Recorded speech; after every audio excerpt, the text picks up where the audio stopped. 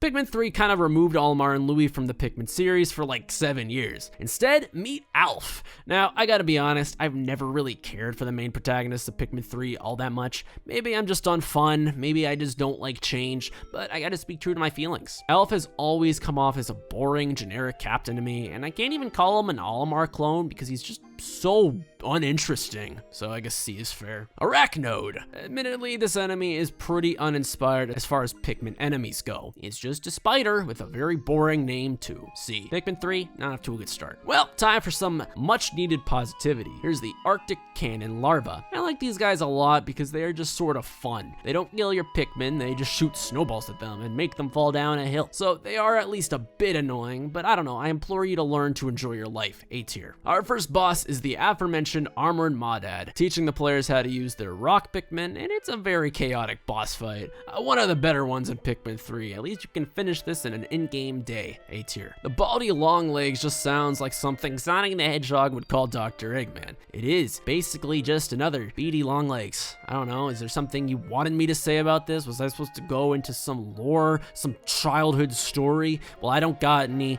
so chill. B. The Bearded Amprat is a brand new electric enemy to the Pikmin franchise, which feels pretty rare in this series. Usually we just get fire and water enemies, so I feel like this is a welcome addition. He's so cute, except for the part that he eats your Pikmin alive. Aww. A tier. Brittany is probably the best out of the 3 captains. She has a distinct personality, being the nerdy girl, and I at least get a feel of what they were going for here. I'll go B tier for Brittany. Hysterical punnery. They don't call me the Shakespeare of our times for nothing. They don't call me it at all. The Bug-Eyed Crawmad is less of an enemy and more of a mini-boss almost. Give it pink eye, attack the Jelly Belly. A tier. Now I actually sort of appreciate the calcified Crushblat. They throw projectiles in the air, giving you a good reason to use a rock Pikmin, and are actually somewhat challenging to fight, mimicking the difficulty of Pikmin 1 again. A. Charlie. Well, I give Brittany a B, so Charlie has to just get a C. I just have to be consistent. Ignore Alf and everything else.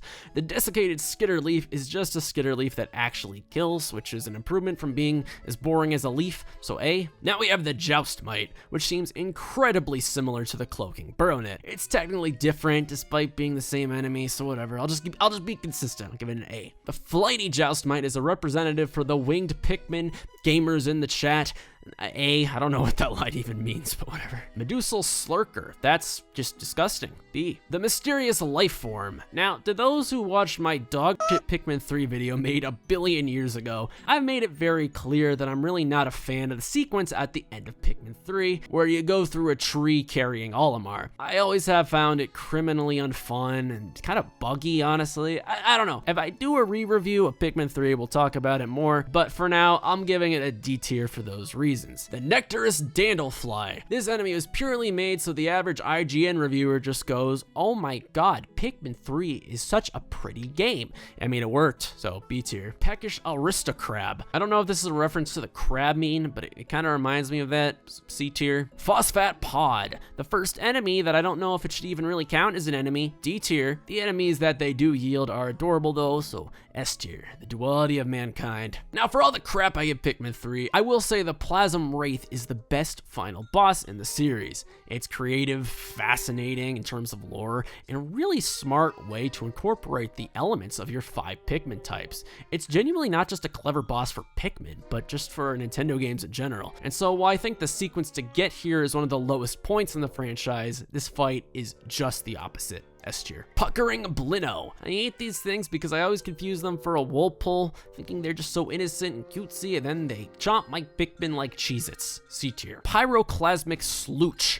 Cute enemy idea, and I respect the attempt to add some fire enemies, but like, that name took me like 5 tries to say. They're still useless, but I respect the attempt, so A tier. Quaggled Meyerclops. Now, I know, this is gonna make some people mad, but the giant bosses in Pikmin 3 just kind of frustrate me. I don't mind them as a concept, but the issue is the daytime limit really means it might take me up to 2 days to finish a fight, and this fight is genuinely pretty hard too. Now I don't mind the challenge, but I find the Quaggle and Meyerclops pretty unfun and not really viable to attack strategically like the first spider boss in the franchise. C tier. Now in my opinion, the rock Pikmin are basically purple Pikmin done right, and I think the game developers purposely made them with that in mind. They have more of an initial attack buff, but aren't overpowered at all, and actually have functions on the field besides just being getting stronger, A tier. Sand belching Mearslug to me is at least more well done than the Quagmire clubs. I don't find this fight overly difficult. It feels a little more balanced and better design rather than just getting stomped to death. Still takes me up to 2 days to beat it though, depending on when I start it, so B tier. Similarly, the Scornet Maestro. I hate the climb to get to this beast, but the actual fight's pretty good.